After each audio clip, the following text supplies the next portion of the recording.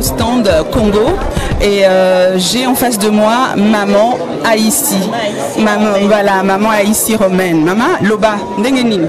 Ah, moke hein. Toko sala moi enfin pendant toko misamboka non to yiko présenter moi biloko to salaka na tonga kabila babana na saka ba bijoux ba sac to lingi to sublimer mboka na biso. Voilà le pagne. Voilà parce que travers ba robe ya bana kaka banani oyo bon na ko essayer ko sala robe na tissu wax. Ouais. Que bon, pendant qu'on valorise, voilà, maputa, puisque les lois et comme à maputa, wax, tout ça la wax. Mais na mona qui va faire ça la mingi kaka bilaba mikolo.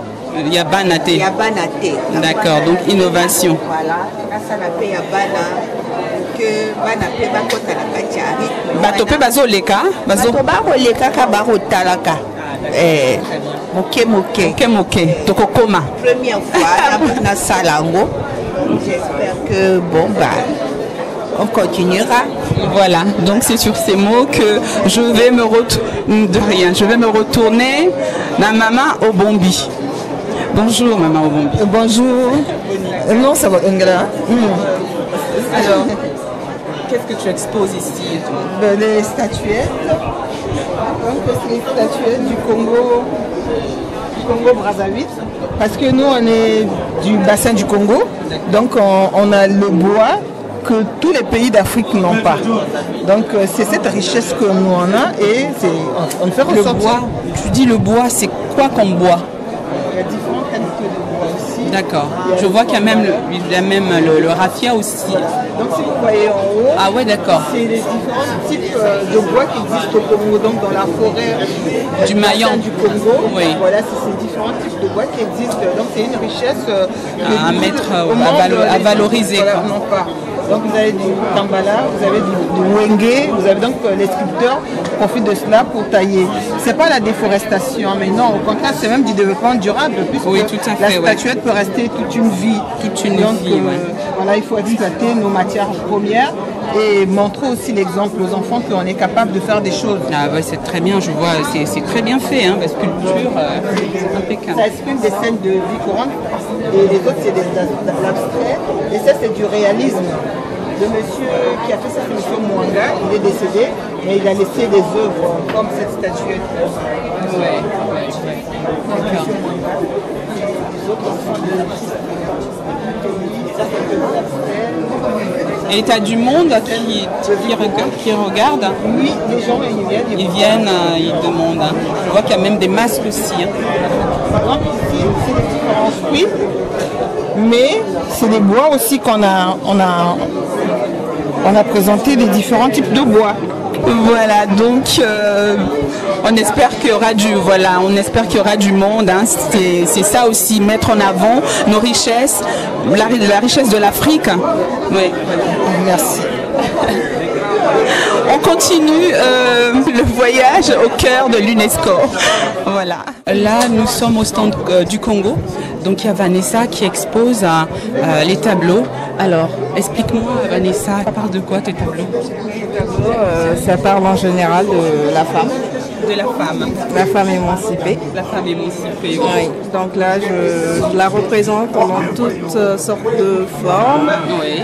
En géométrie et en abstrait, en repos. Et j'ai voulu aussi mettre aussi de la musique. De la musique. Qui est de chez nous. Enfin, je vais mettre de musique qui rime avec qui rime avec la sape, oui, je vois, oui. Nous avons la guerrière aussi. La guerrière, la femme forte. La femme forte. Chez nous au Congo, les femmes sont des femmes battantes. Tout à fait, oui. Extrêmement responsables. Je pense que le Congo d'aujourd'hui, c'est la femme qui l'a fait. C'est cela, voilà. Merci. Je vais choper l'ambassadeur. Bonjour, Excellence. Alors donc c'est Monsieur Osebi, Henri Osebi, le patron du Congo à l'UNESCO. Alors, quelles sont vos impressions pour cette première, je pense que c'est votre première semaine africaine? C'est-à-dire c'est ma première semaine africaine depuis ma prise de fonction.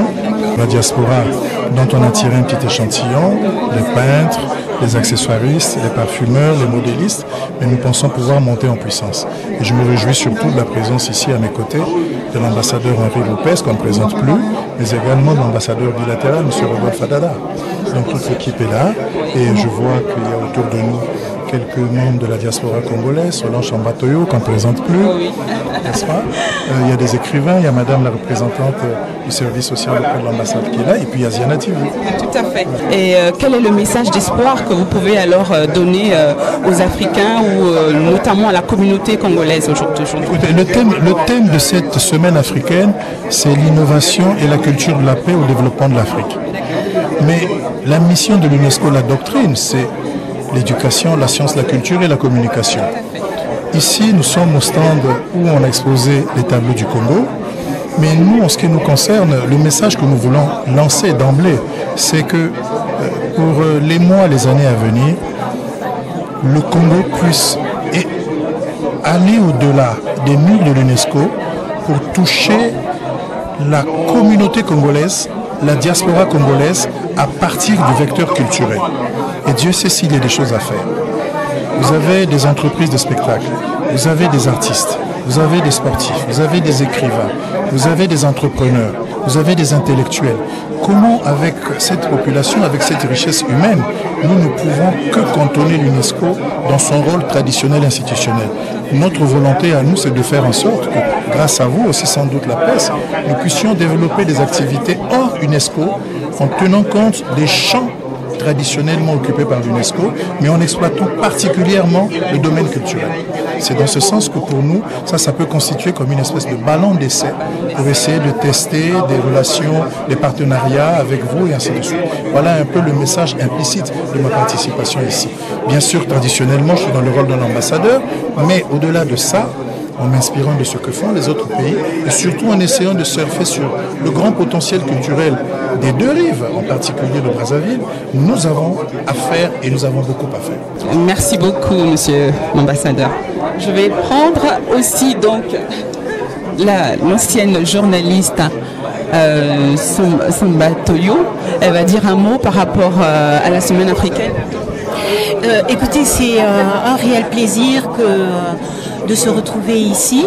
Je suis arrivée il y a à peine quelques jours de Brazzaville et de tomber dans ce bouillonnement culturel parisien et de rencontrer toutes ces origines, toutes ces personnes d'origines diverses et de pouvoir échanger avec.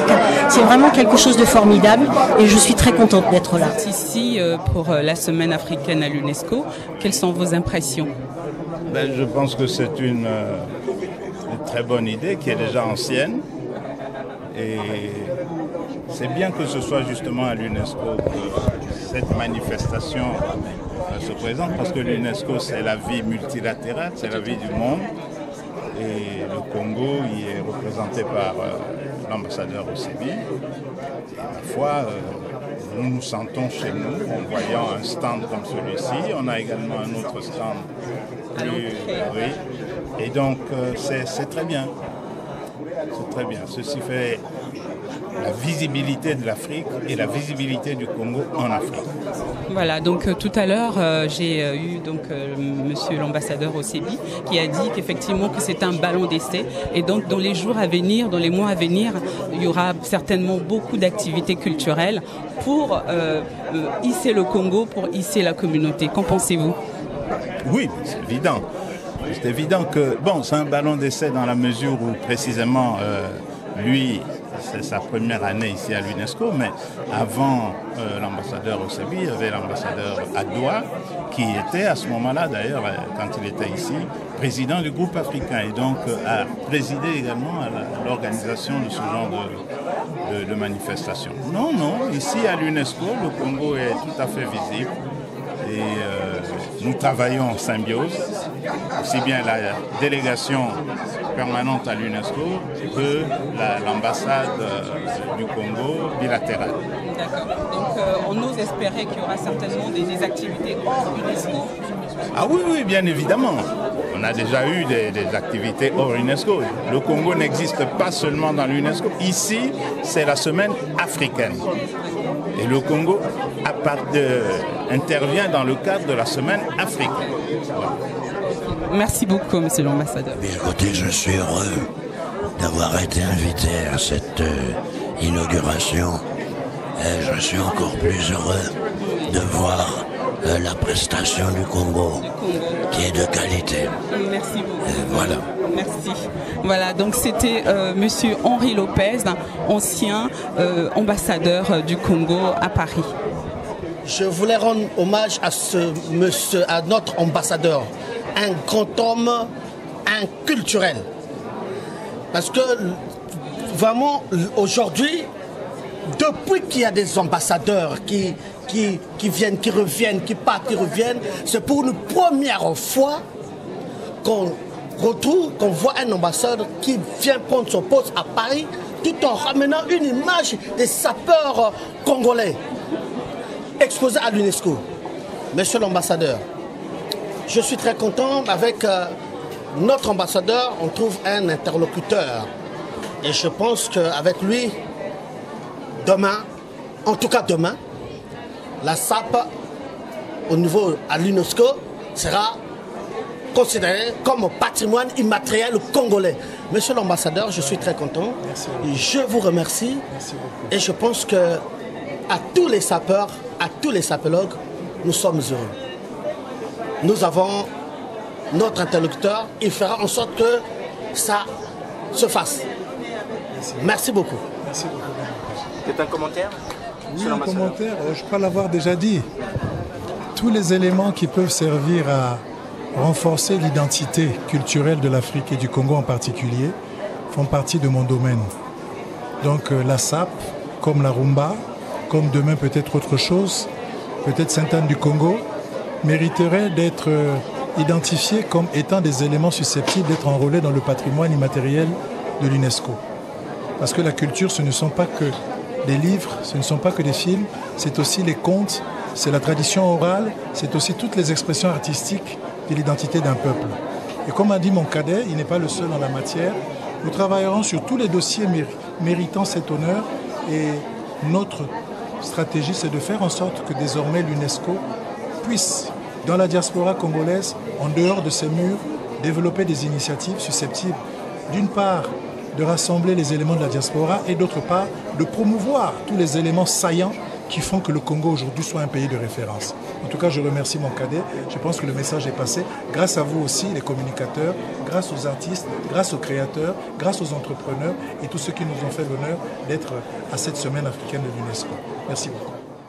Si vous avez le temps, passez, venez, venez voir, venez à l'UNESCO, visitez vos expositions, visitez vos stands. C'est très important parce que nous sommes devant une culture, nous sommes en face des remontées culturelles et donc nous devons faire cet effort de toujours être là.